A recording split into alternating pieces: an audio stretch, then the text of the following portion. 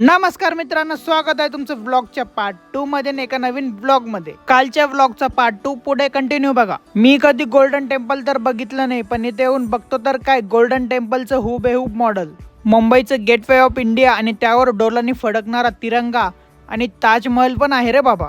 आफ्रिकेमधला सिंह, आपल्या भारतामधला सिंह आणि यांच्या अंगावर जी कातडी आहे ती खरोखरची आहे बरं का.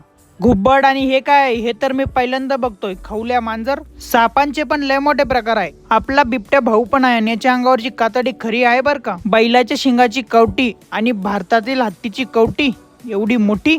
आपल्या महाराष्ट्रातील मासे, आपल्या महाराष्ट्रातील पक्षी आणि आपल्या भारतातील पक्ष्यांचे पण खूप मोठे प्रकार आहेत.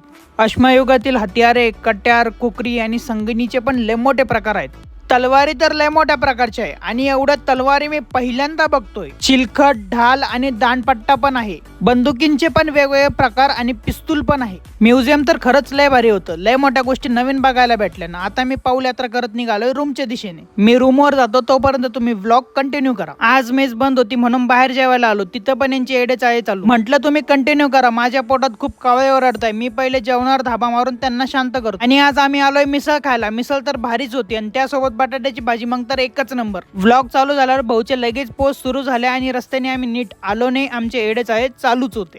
तर आम्ही पाऊल यात्रा करत पटकन रूमवर जातो. तुम्ही व्लॉग कंटिन्यू करा.